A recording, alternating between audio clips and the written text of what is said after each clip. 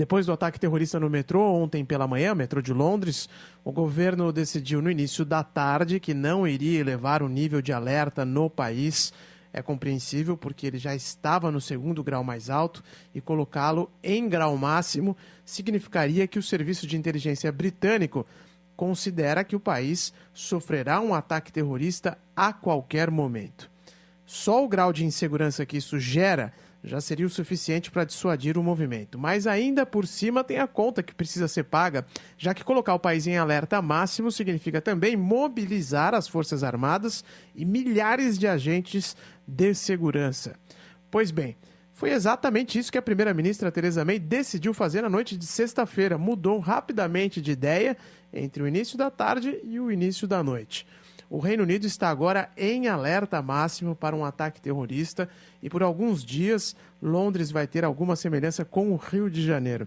É preciso contar com o exército para garantir a segurança da cidade. O Palácio de Buckingham, o Palácio de Westminster, Downing Street, estão todos sob vigilância de homens camuflados neste momento.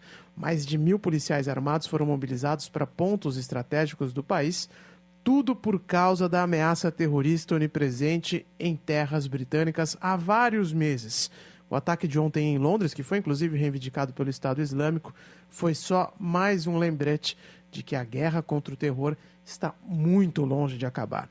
Percebam o simbolismo de ter homens do exército andando nas ruas de um país onde nem mesmo a polícia porta armas. É bem diferente colocar o exército nas ruas do Rio de Janeiro a colocar o exército nas ruas de Londres. Não dá para dizer que a vida segue normalmente na Europa e que o terrorismo não vai assustar a população. Esse é um discurso bonito para as redes sociais e principalmente para os políticos que tentam convencer seus eleitores. Na prática, no entanto, não é bem assim. O fato é que o cidadão comum não tem muito o que fazer para se proteger numa situação dessas. No Brasil, onde a violência urbana rende um número cruelmente esmagador comparado ao terrorismo no hemisfério norte, um número de vítimas muito maior, não dá para comparar a insegurança do Brasil com a insegurança da Europa, mas ainda assim dá para falar sobre como tentar se proteger dos criminosos aí no Brasil. Aqui na Europa, qual seria a solução? Não pegar mais o metrô, evitar os pontos turísticos e movimentados das grandes cidades, ficar trancado em casa, como lamentavelmente muita gente precisa fazer em cidades como São Paulo e Rio? É impressionante como os governantes europeus, com seus orçamentos bilionários, estão perdendo uma guerra contra um exército que não precisa muito mais que um livro religioso, um balde de plástico e material explosivo para levar seu plano macabro adiante. Um excelente final de semana. Depois do ataque terrorista no metrô, ontem pela manhã, metrô de Londres, o governo decidiu no início da tarde que não iria elevar o nível de alerta no país.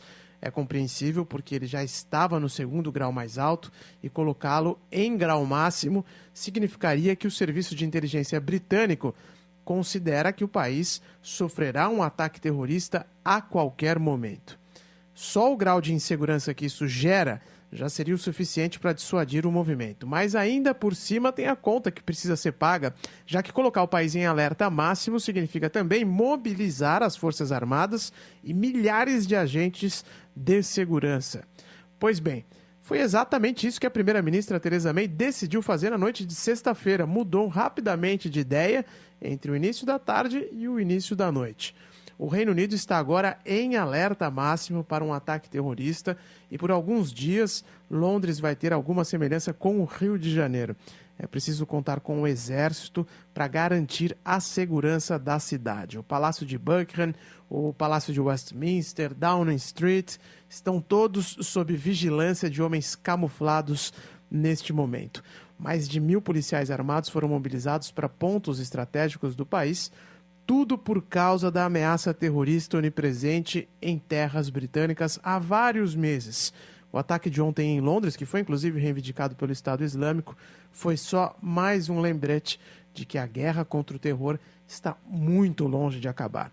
Percebam o simbolismo de ter homens do exército andando nas ruas de um país onde nem mesmo a polícia porta armas. É bem diferente colocar o exército nas ruas do Rio de Janeiro a colocar o exército nas ruas de Londres. Não dá para dizer que a vida segue normalmente na Europa e que o terrorismo não vai assustar a população. Esse é um discurso bonito para as redes sociais e principalmente para os políticos que tentam convencer seus eleitores.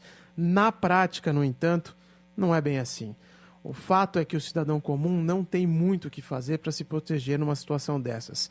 No Brasil, onde a violência urbana rende um número cruelmente esmagador comparado ao terrorismo no hemisfério norte, um número de vítimas muito maior, não dá para comparar a insegurança do Brasil com a insegurança da Europa, mas ainda assim dá para falar sobre como tentar se proteger dos criminosos aí no Brasil. Aqui na Europa, qual seria a solução? Não pegar mais o metrô? Evitar os pontos turísticos e movimentados das grandes cidades? Ficar trancado em casa, como lamentavelmente muita gente precisa fazer em cidades como São Paulo e Rio?